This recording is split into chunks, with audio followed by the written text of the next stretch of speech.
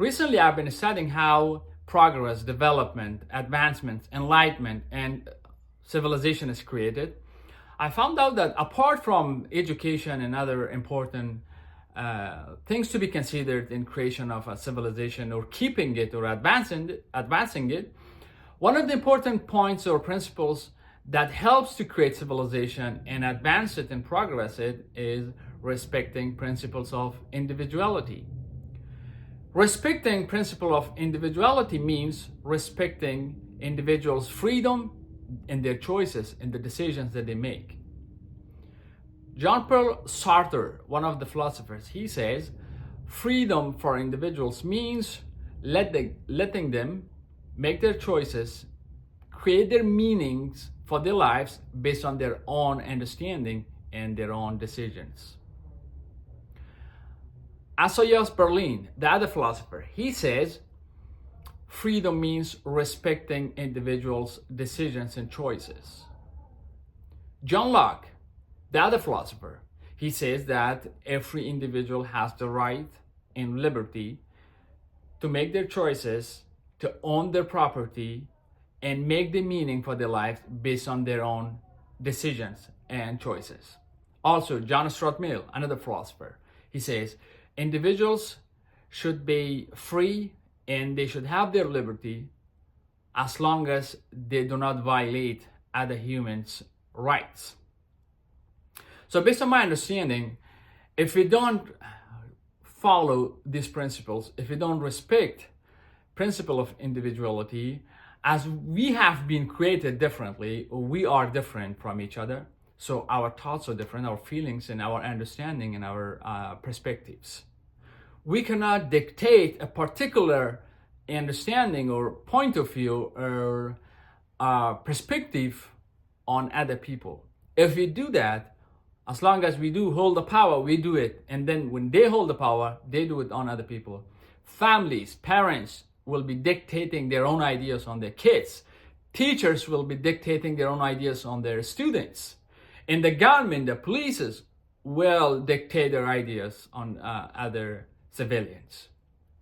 In order to avoid this, we need to respect principle of individuality and let people have their choices. Look at the current civilizations, for example, Western countries, how they could handle diversity. For example, in the US, you have different religions, different ethnicity groups, different languages, different belief systems, different groups. They all live together. Their individuality is respected. That's why people from all across the world are willing to travel to the US or Europe. There is nothing else, just the principle of individuality. Even though in these countries, in the US and Europe, this principle is not 100% practiced, just relatively better than most of other countries.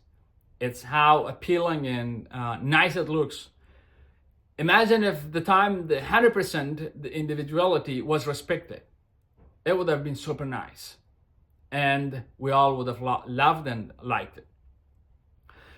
In such a community, in such a society where individuality is respected, people have their choices, people have different decisions, people are free to think and feel the way they want to based on their understanding and their perspectives. It helps to progress the community. You will have diverse and different and enriched ideas presented in schools, universities, and overall community. That you can take the advantage as current the US and Europe are taking that advantage to progress and level up the community and the society. If we don't do this, we'll all be fighting each other because we think differently, we feel different, and we live different. We cannot dictate a particular lifestyle on other people. On whatever we think it is good, but you cannot prove and you cannot even give a practical, current, living example of dictatorship where it has benefited people. It hasn't happened and it's not going to happen. We have only one better option, and that is to respect individuality.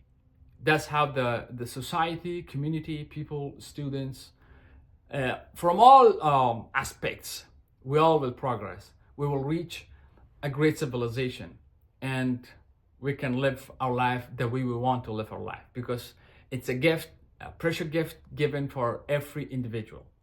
And we cannot force people to live their lives the way a particular group or the way a particular person